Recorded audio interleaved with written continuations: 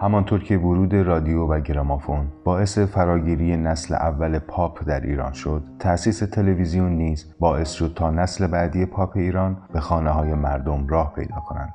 از طرفی آسان‌تر بودن ممیزی تلویزیون نسبت به رادیو که اینک جایگاه استادان موسیقی شده بود، باعث شد تلویزیون بستر مناسبتری برای معرفی موسیقی پاپ نسل دوم شود. دایره ممیزی رادیو آنقدر تنگ بود که از بین خوانندگان پاپ تنها ویگن، آن هم برای خواندن ترانه ارمنی، به برنامه گلها راه پیدا کرد. از طرفی ظهور موج جهانی راک اند رول و محبوبیت گروه‌هایی مثل انیمالز، رولینگ استونز و به خصوص بیتلز باعث شد گروه‌های کوچکی که بیت بند نامیده می‌شدند در ایران شروع به کار کنند. گروه‌هایی مثل ربلز، تک‌خال‌ها، گلدن رینگ و بلک کتس از این دست بودند. هرچند امروزه به نظر می‌رسد که این گروه‌ها دستاورد خاصی نداشتند، اما نباید از نظر دور داشت که این گروه‌ها کانونی شدند تا آهنگسازان و خوانندگان نسلی که نسل طلایی پاپ نامیده می‌شوند همدیگر را پیدا کرده و دست به تجربه‌های جدید بزنند. اما بی تردید چهره‌ای که بر روی نسل دوم پاپ بسیار تأثیر گذاشت پرویز مقصدی بود. پرویز مقصدی در 1317 در شهر لنینگراد روسیه به دنیا آمد. ابتدا دست به ساخت سازهای مختلف زد و به طور خودآموز رشد کرد تا تبدیل به آهنگسازی شد که امروز او را یکی از بنیانگذاران موسیقی پاپ در ایران می‌دانند. او علاوه بر آهنگسازی و تنظیم ترانه‌های بسیاری که هر یک ماندگار بودند، به تربیت و پرورش خوانندگانی از نسل جدید روی آورد. مقصدی گروهی به نام 6 و 8 تشکیل داد و چهره‌های جدیدی مثل داریوش، کیوان، افشین مقدم و نلی را پروراند. نقش پررنگ و جریانساز پرویز مقصدی را با نگاه به ترانه‌های شاخصش میتوان به خوبی باز شناخت. ترانه بازگشت با صدای ویگن: از دیار خود سفر کردم تا مگر بگریزم از غم، بر همه دنیا گذر کردم تا بجویم بخت خود را. گفتم این رنج سفر شاید از دلم غمها برون ریزد، یاد هجر و بی‌وفایی ها زین سفر از دل گریزد.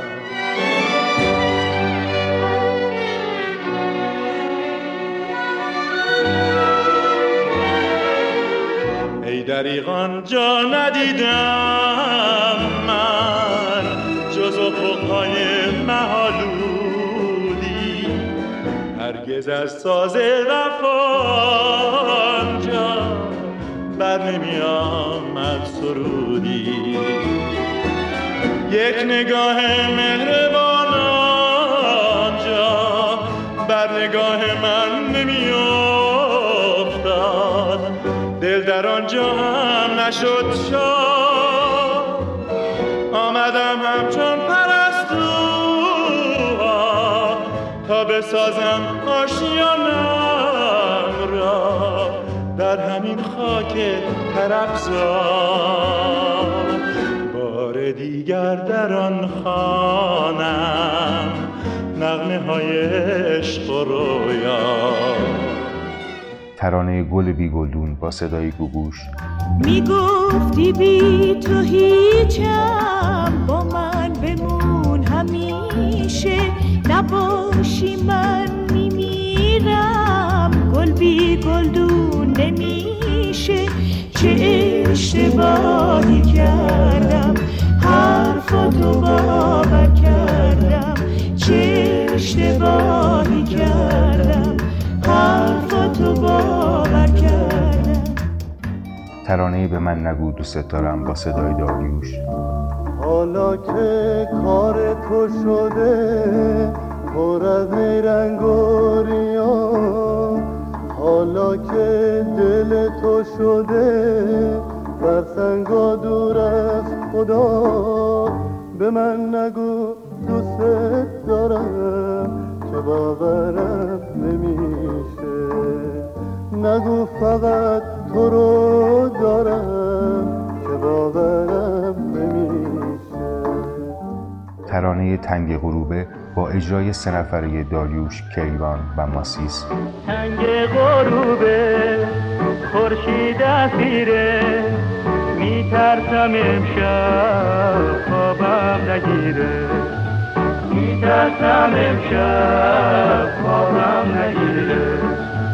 سیاهی شب چشماتو با کرد، ستاره من تو رو صدا کرد. اما در میان آثار پرویز مقصدی شاید ترانه نفرین با صدای آرتوش خاطر انگیزترین آنها باشد. گریه مکن که سرنوشت گر مرا از تو جدا کرد، عاقبت دلهای ما با غم هم آشنا کرد، با غم هم آشنا کرد. چهره‌اش آیینه یکیست، آن که با من رو به رو بود. درد و نفرین بر سفر این گناه از دست بود، این گناه از دست بود. ای شکست خاطر من روزگارت شادمان باد، ای درخت پرگل من نوبهارت ارغوان باد. ای دلت خورشید خندان سینه تاریک من سنگ قبر آرزو بود، سنگ قبر آرزو بود. آنچه کردی با دل من قصه سنگ و سبو بود. من گلی پژمرده بودم گر تو را صد رنگ بود. ای دلت خورشید خندان سینه تاریک من سنگ قبر آرزو بود، سنگ قبر آرزو بود. دیگر اتفاقی که باعث پیشروی موسیقی پاپ در ایران شد، تأسیس استودیو تنین بود. استودیو تنین را تورج نگهبان و پرویز عطابکی تأسیس کردند. تورج نگهبان خود یکی از شاعران برنامه گلها بود و پرویز عطابکی آهنگساز. این استودیو به سرعت تبدیل به مرکزی برای آهنگسازان، شاعران و خوانندگان پاپ شد. در همین استودیو بود که ترانه قصه 2 ماهی گوگوش با شعر شهریار قنبری به ضبط رسید. این ترانه را امروز آغازگر شیوه جدید ترانه سرایی در موسیقی معاصر ایران می‌دانند.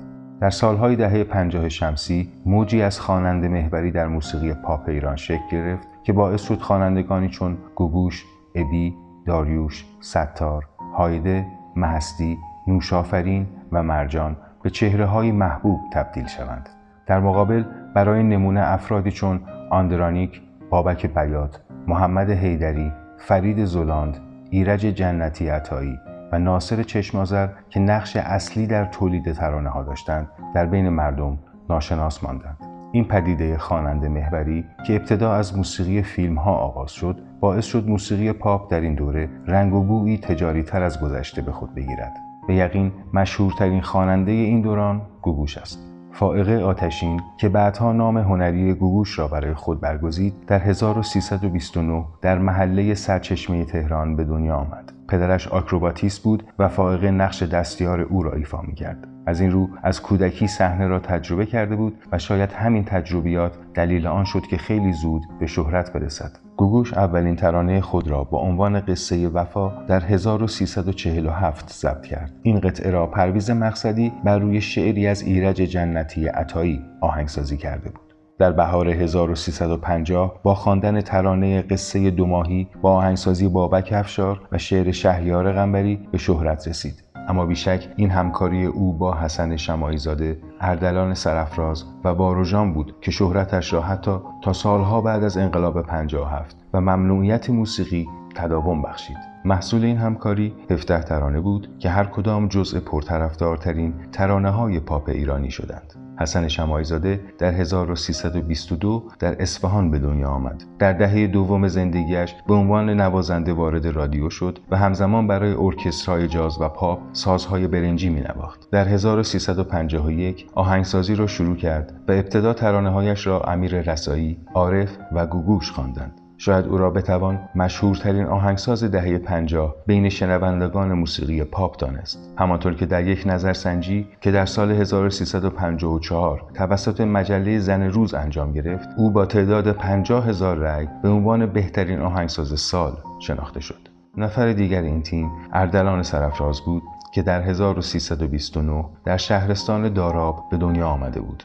ترانه‌سرایی حرفه‌ای را با برنامه جوانان رادیو آغاز کرد و اولین ترانه‌اش که به شهرت رسید ترانه حالا خیلی دیره با آهنگسازی حسن شماعی زاده و صدای عارف بود. وقتی من میگم نمیخوام تو بمونی، دل من میگه بمون با بی زبونی.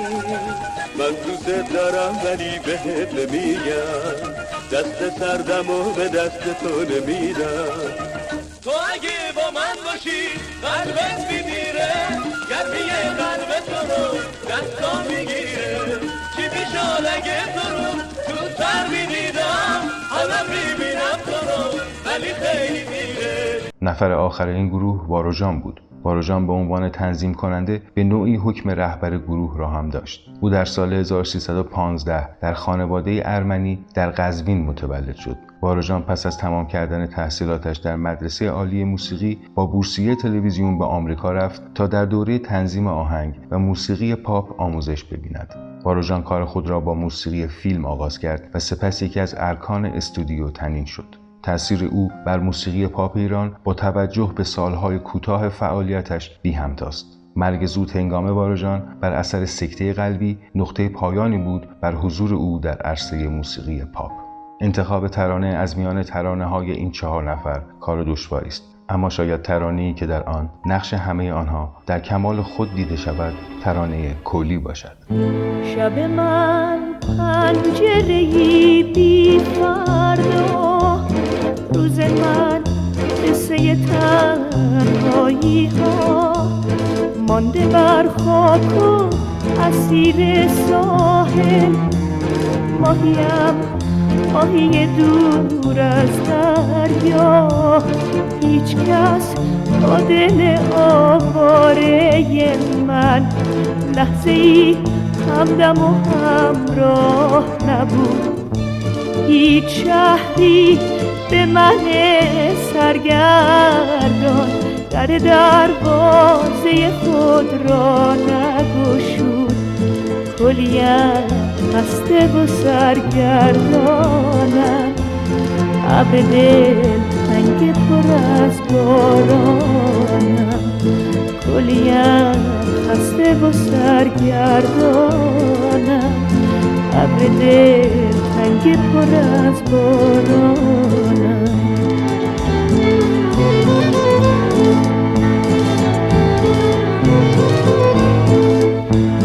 پای من خسته از این رفتن بود، قصه دل کندن بود. دل به هر کس که سپردم دیدم، راهش افسوس جدا از من بود. صخره ویران نشود از باران، گریه هم عقده ما را نگشود. آخر قصه من مثل همه گم شدم در نفس باد نبود.